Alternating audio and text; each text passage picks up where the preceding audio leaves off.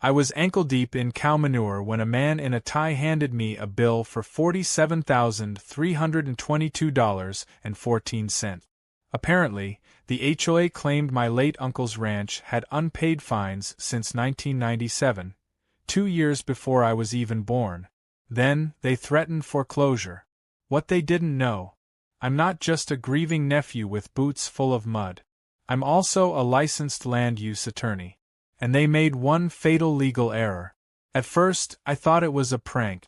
Some bored neighbor with a twisted sense of humor maybe, or one of those fake lawsuit scams you read about in the news.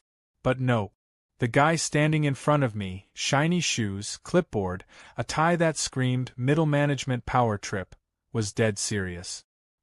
He cleared his throat like he practiced it in the mirror and said, "As per HOA guidelines, the cumulative penalties on this property amount to $47,322.14.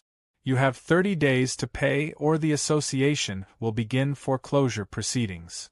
I looked at him, then at the manure on my boots, then back at him.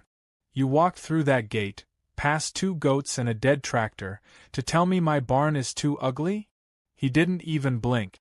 So there I was, standing on a rundown patch of land I wasn't sure I even wanted, holding a bill that accused my dead uncle of aesthetic crimes dating back to the Clinton administration. The timing made no sense. My uncle had owned this place since the 80s, long before any HOA showed up, and definitely long before they decided to call a dusty patch of ranchland a community. And besides, 1997? I wasn't even potty trained then. But according to this guy, the violations included things like unauthorized fencing, non-compliant livestock containment, and my personal favorite, unapproved shade structures, which I'm guessing was the rusted tractor roof my uncle propped up for the goats. Yeah, real eyesore. They should have handed him the death penalty. I told the tie guy, whose name turned out to be Ron, because of course it was Ron, that I'd have to look into it. He smiled like a waiter delivering a bill after a bad meal and said, "The HOA is willing to negotiate, if you're cooperative." Then he handed me a pamphlet with an offer to join the community formally, whatever that meant, and left in a puff of smug. I stood there for a minute, letting the ridiculousness sink in, and then I laughed so hard I nearly slipped in the manure. Not because it was funny, but because it was just so absurd it broke my brain. Now, just to be clear, I didn't inherit some luxurious estate in the hills. This place was my Uncle Ray's retirement plan/living protest against society. 50 acres of stubborn land, half-falling structures, and a whole lot of don't-tell-me-what-to-do energy. He built it with his hands and ran it like a frontier post. I hadn't seen him in years when the call came that he'd passed. No will. No kids.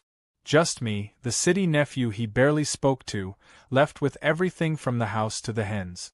I came out expecting a sad cleanup job, maybe sign a few papers, maybe sell the land to the state. But what I found was, well, weirdly peaceful, and very much not part of any manicured HOA brochure. The more I thought about it, the more the whole thing stunk worse than the manure pile. First of all, what HOA finds a property from before it existed? I did a little digging that night, in the one room with working electricity, flipping through whatever paperwork my uncle hadn't burned or fed to a goat. And the thing was, there was nothing. No notices. No liens. No warning letters. Just this sudden demand from an HOA that seemed to have appeared out of nowhere. It was like someone had walked up to me and said, "Hey, your imaginary friend owes me money." But then things got weirder. The next morning, I found a woman standing at the gate with her arms folded like she was surveying land she already owned. Blonde bob, pearl earrings, some sort of lavender windbreaker situation going on. She introduced herself as Karen, I kid you not, and said she was the president of the HOA. "We've been very patient," she said. "This property has been a blight on the neighborhood for decades." I blinked. "Lady, my uncle had more cows than neighbors." She didn't laugh. Instead, she launched into a monologue about community standards and beautification efforts, and how she'd personally submitted multiple reports over the years. Then she handed me a business card with a real estate firm's logo on it and said, "If you're overwhelmed, I can help you sell." Discreetly. We'd even forgive part of the fines. There it was. She wasn't just a busybody with a clipboard complex. She was trying to muscle me out. Probably been trying to buy the land for years, but my uncle was too stubborn. And now that he was gone, she figured the young, grieving idiot in boots would roll over. It would have been funny if it wasn't so bold. That's when it clicked. This wasn't about goats or fences. It was about flipping land. And they thought I was just some clueless city guy with no fight in him. They didn't know I spent the last 3 years up to my eyeballs in municipal code. They didn't know I passed the bar 6 months ago. They didn't know I'd interned under a guy who made his career suing HOAs into extinction. And most importantly, they didn't know that my boots may have been full of mud, but my brain was already spinning up a counterattack. I smiled politely and said I'd think about her offer. She left with that smug air people get when they believe they've already won. But by that evening, I had a whiteboard up in the living room, notes all over the walls, and a binder labeled HOA War Plan. I wasn't grieving anymore. I was preparing. And just when I thought it couldn't get worse, I checked the mailbox and found a pink envelope with an official seal. It was a notice of intent to foreclose, signed by the HOA treasurer. They'd already started the process. I hadn't even unpacked my bag. What they didn't realize was, they'd just handed me the rope, and I was already tying knots. The next few days were a mix of digging through paperwork and watching Karen drive by slowly in her SUV like she was casing the place for a petty crime. I'd wake up to fresh printouts of violation notices pinned to the fence. They weren't mailed. Someone was physically delivering them and taking the time to staple them in place. One of them claimed the goats were too loud before 7 a.m. Another said I had unauthorized structures, which I assume referred to the chicken coop that had been on this property since the 90s and had a family of raccoons squatting in it. My favorite, though, was the one that accused the scarecrow of having a threatening posture. I half expected the next fine to be for growing an offensive number of sunflowers. At first, I tried to play it cool. Smile. Nod. Act overwhelmed. The longer they underestimated me, the better. I drove into town and got copies of the HOA charter, the community map, and their bylaws. I asked a few questions at the county clerk's office, did a public records search on the HOA's founding date, and paid a small fee to get archived zoning changes from the late 90s. What I found made my jaw clench in that slow burn kind of way. The HOA was formed in 1999. The ranch had never been listed as part of the initial development plan. There was no covenant agreement signed by my uncle. No annexation paperwork. No voluntary inclusion. Nothing. The land had been sitting just outside their legal boundary like a stubborn old mule, and now, years later, they were trying to retroactively lasso it in. But they weren't subtle about their goals. A few days after the foreclosure notice, Ron showed up again. This time, he didn't bother with the tie. He wore a golf polo and wraparound sunglasses, like he'd come straight from a failed tea time. He stood in front of the porch with the same clipboard and a new tone, less smug, more rehearsed. He told me, in what I think was supposed to sound sympathetic, that maintaining community harmony was important and that these fines, while unfortunate, reflect long-standing noncompliance. Then he casually mentioned a standing offer from a local buyer who would handle everything quietly if I was feeling overwhelmed. I asked him if the buyer's name happened to rhyme with Karen. He blinked, then smiled like a politician and said, "We don't disclose buyer information, but I can assure you the board is motivated to resolve this matter amicably." I told him I'd consider the offer, just as soon as I figured out whether my scarecrow was committing a felony or just a misdemeanor. He didn't laugh. They never laugh. The next morning, a new notice was posted, this one citing a noise complaint for the rooster. I was tempted to tell them the rooster had seniority and probably dated back to the early Bush era, but instead I made a note in my binder. Every fine, every visit, every offer, it all went into my growing collection of documented harassment. I took photos, time-stamped everything, even started a spreadsheet with line items. If they wanted to play dirty, I'd play clinical. Then came Karen's next power move. She held a community meeting in the cul-de-sac at the edge of the ranch property. Not in a clubhouse or over Zoom like a normal HOA. Nope, she set up folding chairs and a podium like it was a political rally. I watched from a distance while she told a group of residents that efforts to improve property values were being sabotaged by holdouts. Someone clapped. Someone else asked if the ranch could be condemned. She pretended not to hear that question. I recognized one guy in the crowd, Doug, I think his name was, from the gas station in town. He waved at me awkwardly and mouthed sorry. I gave him a thumbs up and walked back inside. That night, I sat in the living room with the binder open and my laptop buzzing with tabs. I'd already found legal precedent for overreach by HOAs trying to claim properties retroactively. There were court rulings going back years, all pointing to one thing: no agreement, no jurisdiction. But I needed more than that. I needed to show intent, malice, pattern of behavior. And that's when the floodgates opened. I found an online forum where a former resident, someone who'd moved out 5 years ago, had written a long post about being driven out by the HOA.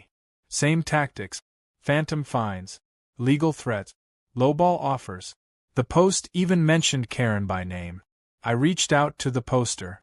To my surprise, they emailed me back within the hour. Their story was nearly identical. And they weren't the only one. By the end of the night, I had 4 more stories. Some posted anonymously, others under usernames that matched public property record. It was a pattern. Karen and her cronies had been running the same game on anyone whose property stood in the way of their so-called community vision. Most people either gave in or didn't have the resources to fight. But I wasn't most people. Still, Karen wasn't done. The next morning, I found a notice duct-taped to the barn door. It wasn't a violation this time.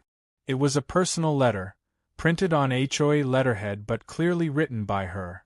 It was polite, even warm, but with the same underlying tone of condescension.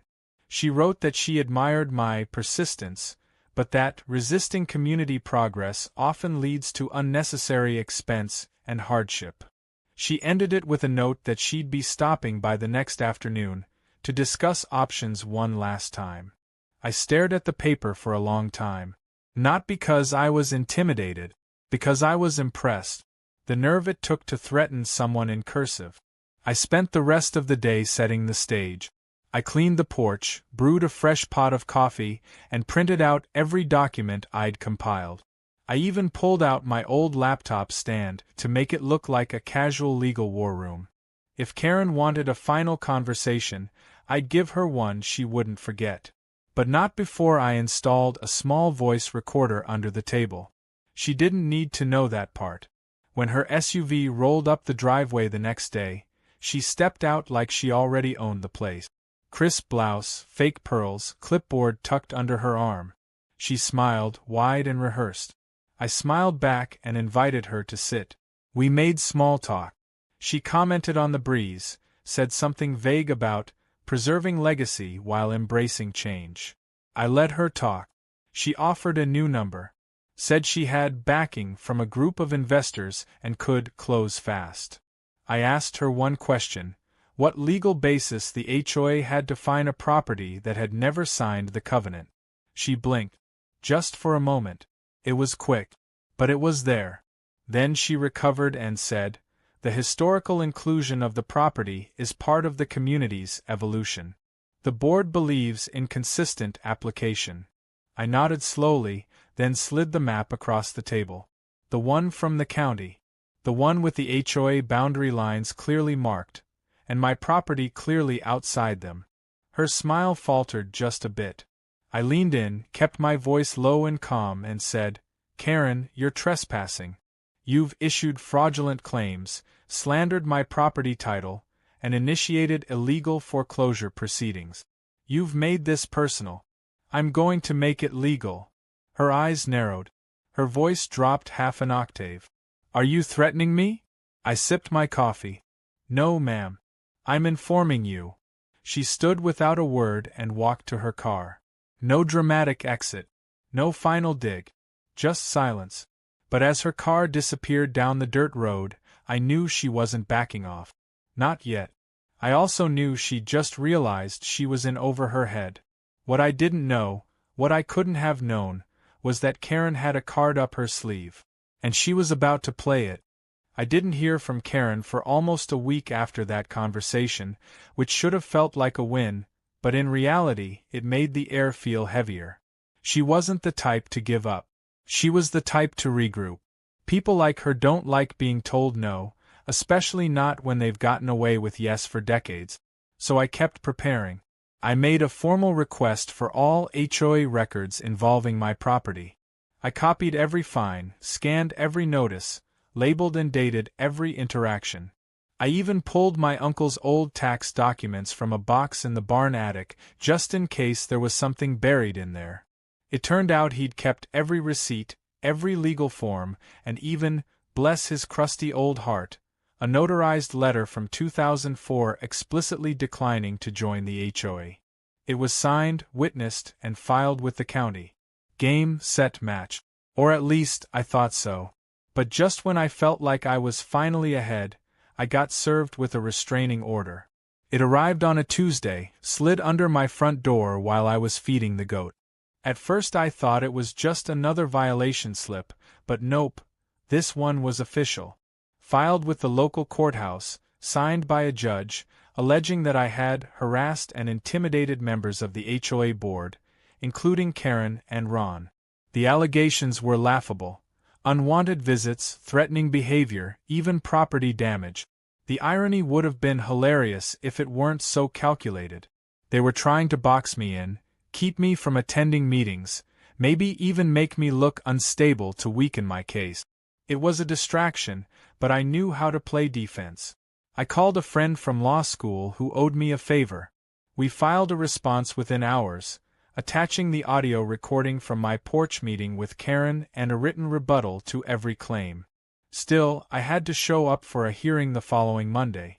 The courtroom was small, more of a municipal cubicle with chairs. Karen came dressed like she was going to a charity brunch, all beige and expensive perfume. Ron wore the same smug expression as always, like the judge was just a formality. But then I saw their lawyer, and I almost laughed out loud. He was a family law guy, probably cheap, probably bored. He fumbled his notes and mispronounced the term, easement, during his opening statement. When it was my turn, I spoke calmly, showed the map, the letter from my uncle, and the HOA charter document. Then I played the audio recording. Karen's voice came through crisp and clear, offering to make my problems go away if I just sold the ranch. The judge didn't even let their side rebut. He dismissed the restraining order immediately and warned Karen that further false filings could result in sanctions. I walked out feeling good. Not victorious, not yet, but solid. I wasn't the one on defense anymore. And Karen? She looked rattled. Like someone had finally slapped the clipboard out of her hands. But I wasn't naive. I knew this wasn't over. HOA boards don't just slink away when they lose in court. They pivot. And sure enough, 2 days later, I got a call from a neighbor. Doug, the guy who'd mouthed sorry during that fake rally. He told me there was a special emergency meeting happening that night. No notice had been posted. No agenda sent out. He'd only heard because one of the board members let it slip while drunk at the gas station. I parked across the street from the clubhouse just before sunset. Watched through the window as Karen stood at the head of the room with a whiteboard covered in scribbles. I couldn't hear everything, but it was clear she was pitching something. Ron sat beside her, flipping through a stack of documents. The others didn't look too convinced. A few shook their heads. One guy, older, balding, stood up and left early. Whatever Karen was planning, it wasn't going over smoothly. Later that night, I got my answer. A yellow envelope arrived at the ranch, not by mail, but slipped under the door again. This time it was from a law firm, one I recognized. They were notorious for strong-arming people into settlements, especially in property dispute. The letter accused me of interfering with community operations and damaging the economic reputation of the HOA. They wanted me to sign a cease and desist, pay a settlement of $5,000, and agree to remove all unsightly structures from my property. I stared at the letter and laughed until my ribs hurt.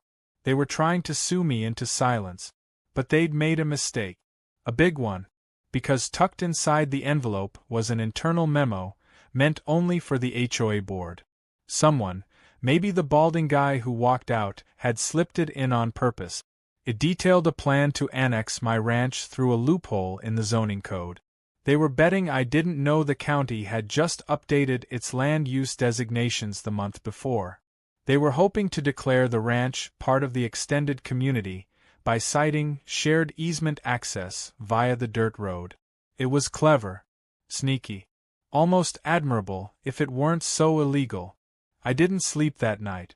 Not because I was scared, but because I was on fire. That memo was exactly what I needed. Proof of intent. Proof of coordinated effort. Proof that Karen and her team knew they didn't have a legal leg to stand on and were still trying to backdoor their way into my land. I made copies, scanned everything, uploaded backups to cloud storage. Then I drafted a counterclaim. I filed it the next morning. Civil court, full documentation. Claims for harassment, slander of title, abuse of process, and attempted fraudulent annexation. I attached the memo, the map, my uncle's letter, the audio recording, and even the video of Karen's little rally. My friend from law school helped me polish the language. I added a request for punitive damages and attorney's fees. When the clerk stamped the paperwork, I felt something shift. I wasn't playing defense anymore. I had the ball. Karen must have gotten served by noon, because by the time the sun set, Ron was back at my gate. This time, no tie, no clipboard. Just a sad, tired look on his face. He didn't come inside. Just stood there, hands in his pockets, and said, "You really want to do this?" I told him I wasn't the one who started it. He nodded, looked like he wanted to say more, then turned and left. That night, the porch light flickered out for the first time in weeks. The goats were quiet. The wind was still. For a moment, I let myself think maybe that was the last of it. But just as I turned off the kitchen light, I saw headlights pull up in front of the gate. A black SUV. Different from Karen's. The window rolled down, and someone dropped another envelope into the mailbox before driving off without a sound. When I opened it, I found something I didn't expect. A formal request to depose me under oath, with a list of demands for documents, communications, and evidence. It wasn't from Karen. It was from a law firm representing a new party I hadn't seen before. Apparently, Karen had escalated. She brought in real lawyers, which meant the final battle was coming. And she'd just raised the stakes. I showed up to the deposition wearing boots still crusted from the ranch, a collared shirt I hadn't ironed, and a BLO tie just for the drama. The conference room was pure HOA theater. Neutral carpet, lifeless potted plant, bottled water lined up like a peace offering. Across the table sat two suits from a downtown law firm with expressions like they'd already decided I was guilty of something. Karen sat between them, lips pursed so tightly it looked like she was trying to swallow her own smug. She didn't say a word. The lawyers did the talking, trying their best to make me look like some rogue squatter who was refusing to follow the rules of a polite society. I let them talk. I answered every question calmly, clearly, and with just enough sarcasm to keep things interesting. They asked why I hadn't paid the fines. I asked them what legal authority they believed the HOA had over a property never annexed, never signed, and explicitly declined by the original owner. They asked why I had recorded Karen without her consent. I told them it was my property, and in our state, single-party consent laws made it perfectly legal. They asked if I had any intention of working with the HOA moving forward. I said, absolutely. I intend to work them straight into a courtroom. Karen's eyebrow twitched at that. Just once. But I caught it. They knew the walls were closing in. By the end of the deposition, it was clear they weren't as prepared as they thought. They didn't have a response to the notarized letter from my uncle. They hadn't verified the boundary maps with the county. And when I pulled out a printed copy of their own internal memo, the one that had been slipped into my envelope by a mystery board member, their expressions shifted from confident to mildly alarmed. The lead attorney took a long pause, then called for a break. When they returned, the tone was different. More questions about settlement possibilities. More hypotheticals. Karen still didn't speak. She just stared. But now it wasn't smugness. It was fury. Her little power trip had become a legal avalanche, and she couldn't stop it. A few days later, I got the notice. The court had accepted my counterclaim. We were officially headed to trial. It wasn't going to be just a slap on the wrist either. I was seeking full damages for attempted fraudulent foreclosure, emotional distress, reputational harm, and legal expenses. The HOA board tried to hold an emergency vote to remove Karen before it got worse, but she shut it down. She still believed she could win. Still thought this was a bluff. So I gave her a reality check. I sent her attorney a motion to subpoena financial records. Specifically, I wanted to see how many fines had been levied in the past 5 years, how much money had been collected from them, and whether those funds were properly reported. 2 days later, I got a quiet email from one of the board members. Anonymous address, no signature.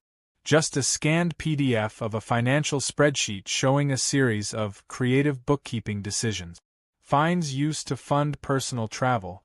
Unreported income. One payment that just said event planning, but matched the cost of Karen's birthday party the year before. I didn't even have to dig. They handed me the shovel and lay down in the dirt. At trial, Karen walked in dressed like a senator's wife. Full beige suit, pearls, heels that clicked like punctuation marks with every step. She sat at the plaintiff's table like she still believed decorum would win the day. I wore the same BLO tie and boots. My friend from law school joined me, mostly to help manage the documents, but also to watch the fireworks. The judge was sharp, no nonsense, and unimpressed by performative politeness. He gave both sides equal time, and I made sure every second counted. I presented everything: the map, the letter, the internal memo, the audio recording, the spreadsheet, the memo about the zoning loophole. I even played a brief video from a neighbor explaining how they'd been driven out with similar tactics. The courtroom was dead silent when I was done. Then came the HOA's turn. They didn't have much left. Their lawyers tried to argue community intent, past precedent, implied consent, everything short of sorcery. But it all collapsed under one simple truth. You cannot enforce rules on a property you never legally controlled. The judge didn't even need a recess. He ruled right then and there. The HOA had no jurisdiction over the ranch. The fines were void. The foreclosure was fraudulent. Karen was personally admonished for unethical conduct. The court ordered the HOA to pay me $18,000 in damages, refund all improperly collected fees related to my property, and remove all liens. Karen sat there, still as stone, while the judge spoke. Ron looked like he was trying to shrink into the floor. After the verdict, something amazing happened. The board called an emergency meeting and, with the entire community watching, voted Karen out as president. It wasn't even close. Ron resigned the same day, citing stress. The HOA went into full damage control mode, releasing a statement about restructuring, moving forward, and committing to fairness. I didn't care. I wasn't sticking around for the PR spin. I stayed on the ranch, fixed up the chicken coop, repainted the barn just to be petty, built a new fence exactly 3 inches taller than the one Karen had cited as a violation. And on the gate I hung a handmade sign that read, "Private property. Not governed by HOA." No Karens past this point. People started waving again when they drove by. Doug dropped off a pie. Even the county inspector, who came by to confirm the lien removals, complimented the scarecrow I'd updated with a little blazer and a tiny plastic clipboard. It looked just like her. Not that I'd admit that under oath. I won. Not just legally, but personally. Because this wasn't just about fines or fences or bylaws. This was about people who think power gives them the right to bully others into submission. Karen thought the system would protect her. But the thing about systems is, when you know how they work, you can use them right back. She thought she was up against a clueless kid in boot. Turns out, she was up against someone who knew every loophole, every clause, and every single line of fine print she tried to weaponize. A month after the trial, I got a letter. Handwritten. No return address. Just 2 words, "You win." I didn't need to guess who sent it. I folded it up and stuck it in the binder with everything else, not out of pride, but because it reminded me how close I came to losing something that wasn't just land. It was legacy. It was principle. And now? Now I run a ranch. The goats still scream at sunrise. The scarecrow still stands tall. And every time I step onto the porch and look out over that dusty land, I remember the time an HOA thought they could find me out of existence. They forgot one legal detail. I don't scare easy.